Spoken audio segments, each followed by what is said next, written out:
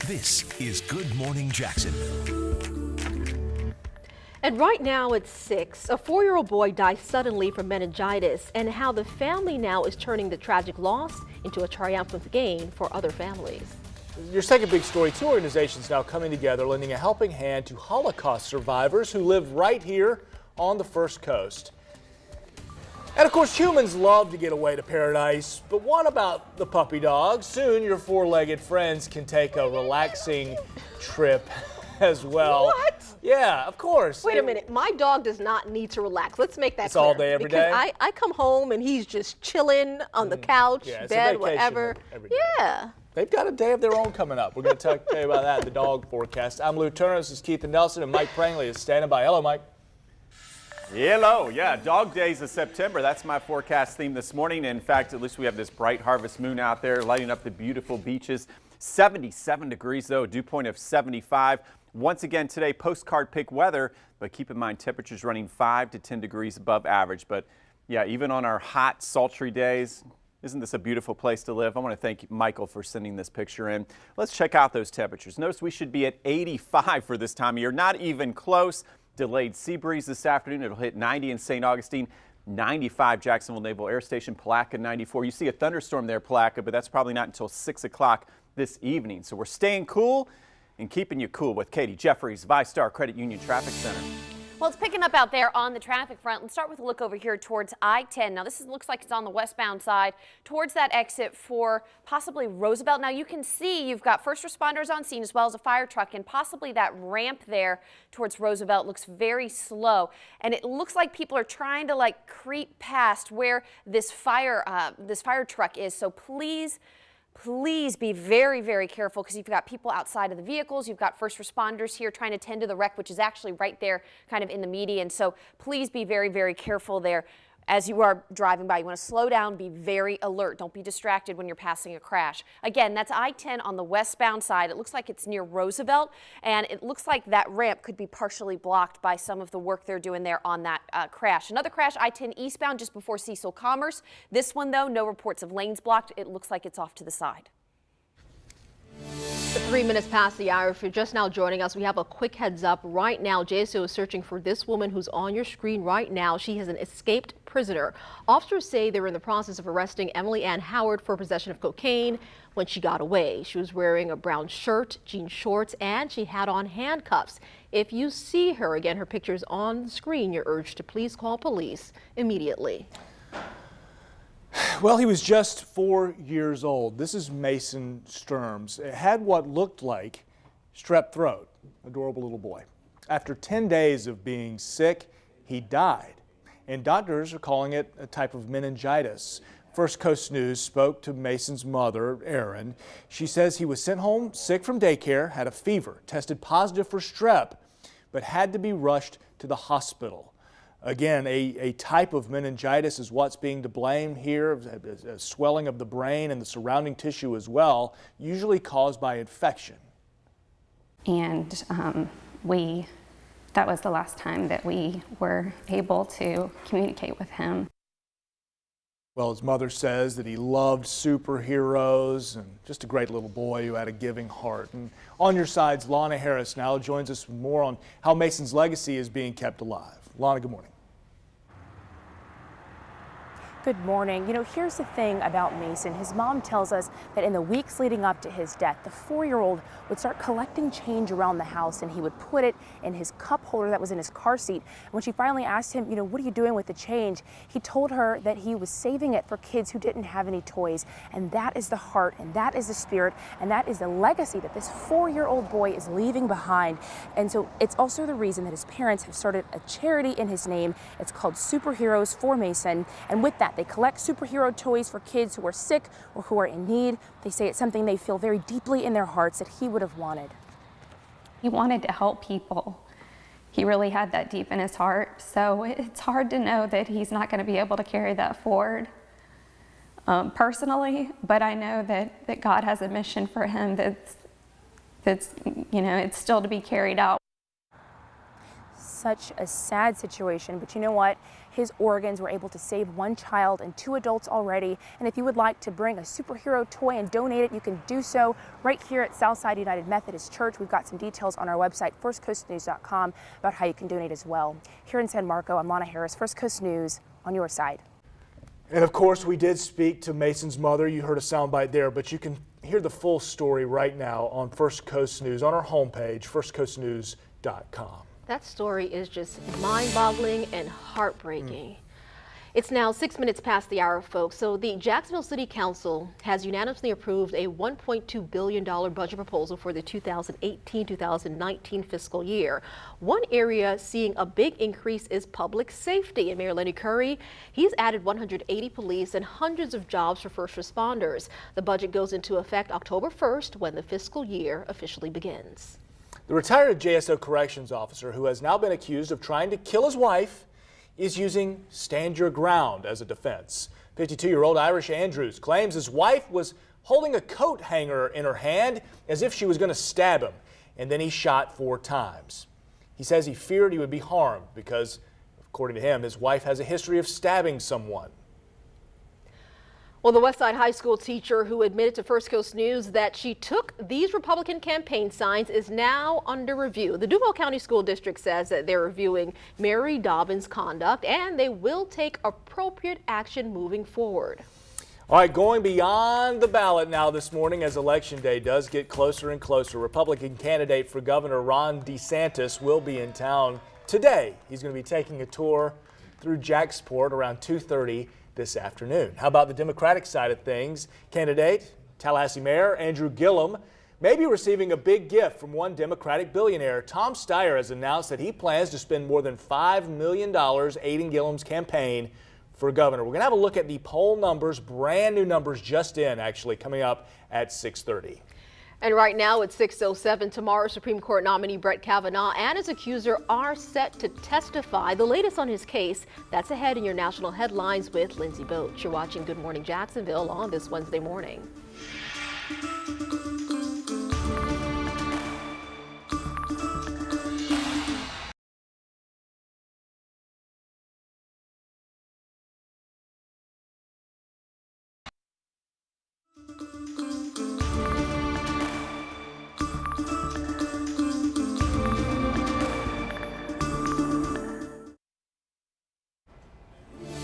Welcome back. 6:11 is your time on this Wednesday morning. Let's take a look at the nation's headlines from overnight. Dr. Christine Blasey Ford will testify before a Senate committee about Judge Brett Kavanaugh tomorrow. And President Trump is going all in with his support for his pick.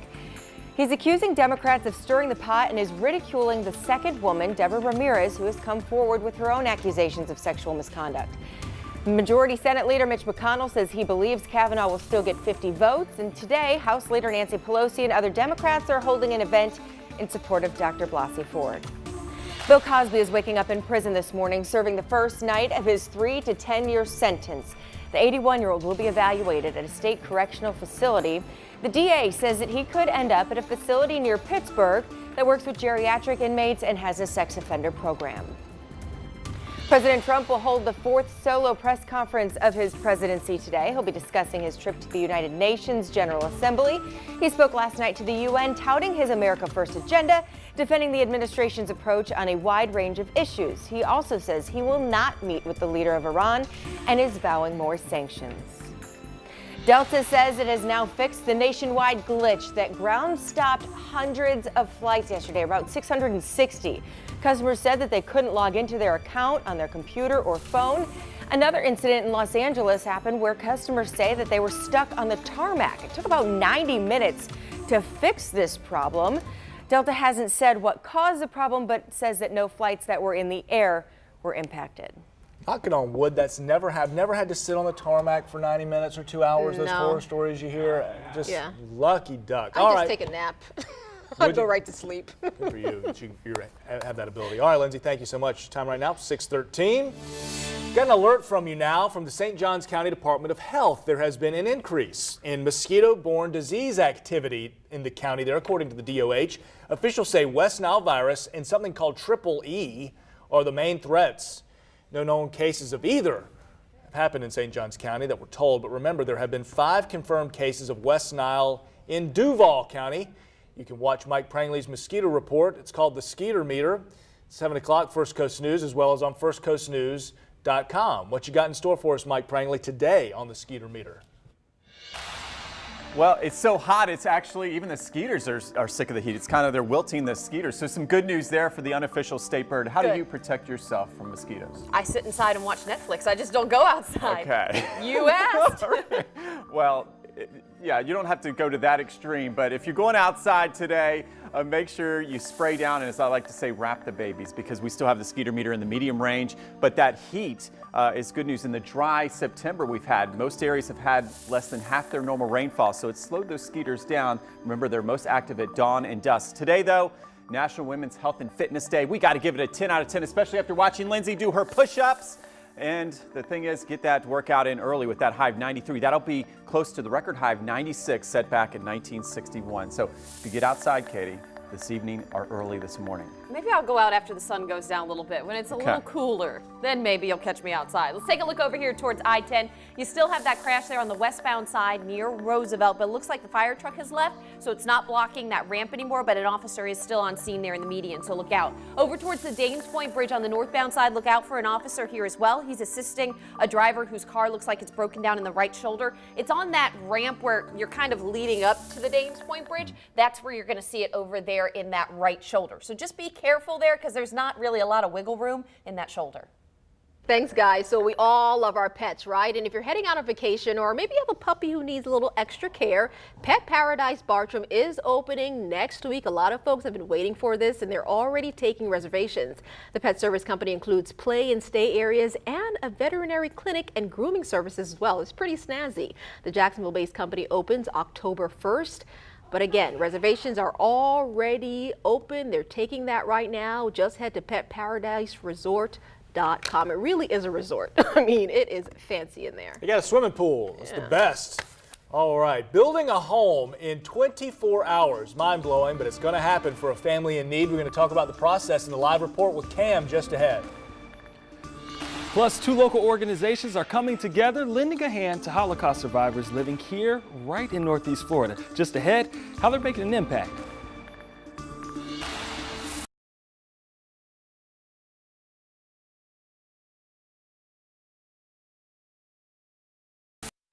All right, so as we know, it is premiere week, all week. This Is Us was last night. How'd y'all like? I haven't seen it yet.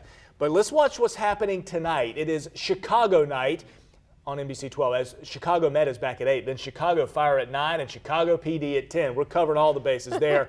Then we hope you'll stay up for your late local Jacksonville headlines, First Coast News at 11 o'clock. There we go. Bring it on home back to Jacksonville. We have a quick heads up for you guys, though, this morning. It's now 19 minutes past the hour, and JSO is looking for this woman who's on your screen. She's an escaped prisoner. Officers say that they were in the process of arresting her, Emily Ann Howard, for possession of cocaine when she got away. She was wearing a brown shirt, jean shorts, and she had on handcuffs. If you see her, you're urged to please call police immediately. Handcuffs. Yeah. Telltale sign. Yep. I mean, you'll notice those. Yeah, probably so. In 24 hours, volunteers from 2 organizations are going to work to build a home for a single father and his 2 young children. Going to get it done in a day. How about that? On your sides, Cameron Leppinger live in the urban core now to tell us a little bit more how they're going to get it done. Hey, Cam.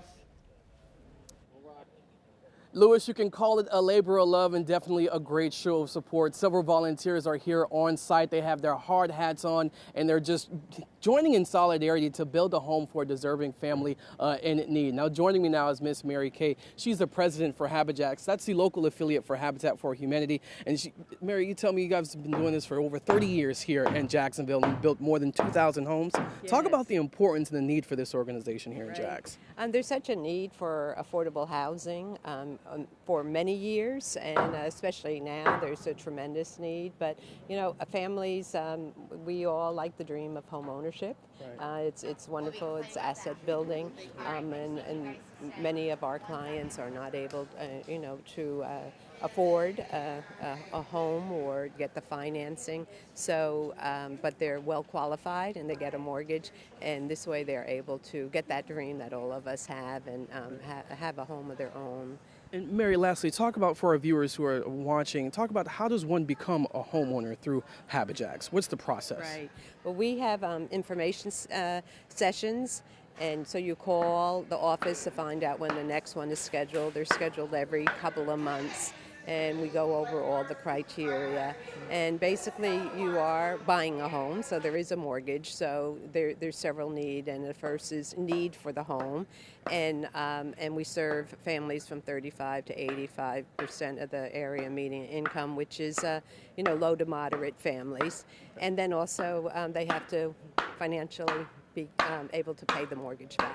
Mary, thank you so much for joining. This is Mary Kay with Habitat, the local affiliate for Habitat for Humanity. We're live here on site here in Northeast Jacksonville, where we're helping to build a home for a family in need. Now, coming up later in 6:30, we're going to be hearing from the father who's going to be owning this home in just a matter of 2 days. For now, reporting live, Cameron Leppinger, First Coast News, on your side.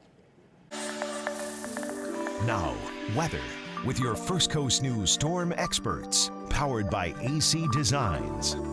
All right, Camrell, yes, we're on your side here at First Coast News, but the forecast, it's going to be a sultry September 1 all the way through the weekend to the end of September. In fact, Saturday, low 90s, 90 Sunday. For the Jaguars, yes, it's going to be 100 degrees plus on the field and the stands as far as how it feels again, so keep that in mind. We take a look at our school today. A shout out to the Douglas Anderson School of the Arts, and I tell you what, it looks good off Emerson and I-95, though I don't see a cooling storm until about 5 o'clock, so it could affect after-school activities, and we see why. Well, the sea breezes don't really come together till later today. That East Coast sea breeze kind of lazy, hazy, and a July kind of pattern, so it's not really going to come together. And these are isolated showers and storms today. Notice between about 4 and 6 o'clock, then things quickly die down as we head towards sunset. So our big event today at Daly's Place, we got Troye Sivan. Yes, so just a 20% chance of a downtown shower, 80 degrees. I think that storm would pop before the concert. The news still good in the tropics.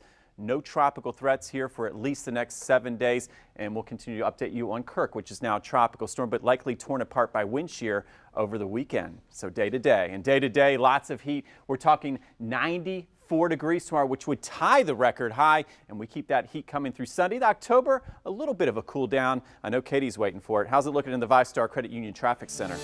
I'm waiting and wishing for that cool down. Thanks, Mike. So let's talk about roadways out there. So you can see this broken down car here. This is on the Dames Point Bridge, northbound side, the ramp that leads you up towards the bridge. Look out for that driver as well as that officer there on scene. You really want to slow down and be careful when you're passing really anybody on the side of the roadway, but especially if there's an officer there as well. Remember that move over law. Driving in from Atlantic Beach JTB. Things actually look really nice. Now, if you're driving on JTB, usually the drive time's about 11 minutes from A1A to 95. The fact that it's showing up as 9 minutes tells me that people are speeding out there. So maybe slow it down and use your cruise control. Buckman Bridge looks just fine going across the Buckman at this point. Checking in through the west side. I'm not seeing any big slowdowns headed towards NAS Jacksonville. Blanding over here between Kingsley and 103rd. About a 6-minute drive, give or take the stoplights, and no issues there along 103rd. Now coming up at the top of 6:30, we'll talk about some of those accidents out there on I-10.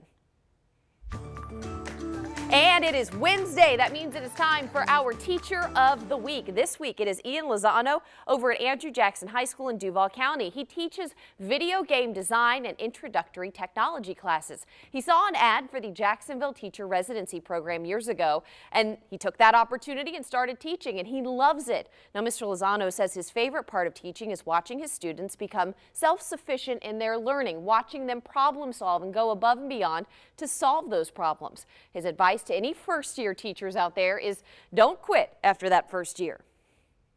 After your first year, it's tough. After your second year, it's not as bad. It's tough, but it's nowhere near as bad. Your third year just becomes a breeze, and then from there on out, it becomes sort of just easy.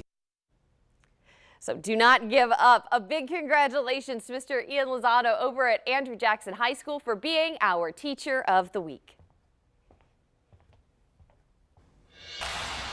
All right, thanks for that, Katie. Well, most don't know this. There are 90 Holocaust survivors living right here in Northeast Florida. Even fewer realize that a vast majority of survivors live below the poverty line. Now, 2 local organizations, they're teaming up to ensure they will never go hungry again. And I got a first look at how they're impacting those survivors right here on the First Coast.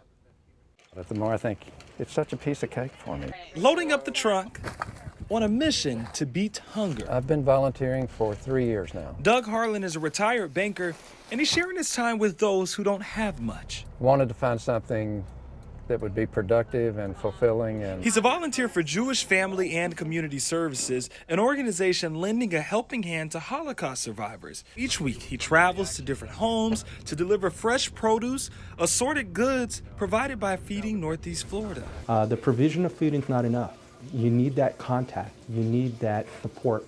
For Harlan, he gets joy in seeing the faces of those he helps. Oh my God. I'll bring your food in. Just a little bit of human touch, I think, brightens their day, and it probably brightens my day more than it does theirs. Most of the Holocaust survivors, like the Malamus, were children during the genocide and now appreciate someone caring for them. So appreciate everybody. I get phone calls if people are running late. Am I getting my food today? So they really appreciate what we're doing for them. And they really connect with the volunteers that are delivering the food to them. So that good deed may be something for survivors to look forward to, but also something volunteers like Harlan find fulfilling. You know, you've got an opportunity here at what I consider the prime years of your life to give something back. And for me, this is a good way to do it. I really enjoy this. Giving back is always good. Well, JFCS and Feeding Northeast Florida are both in need of volunteers. They need your help to keep the program running smoothly. If you're interested in maybe lending a hand, you can head over to our website, firstcoastnews.com, and to see how you can make an impact. We'll be back in just 2 minutes.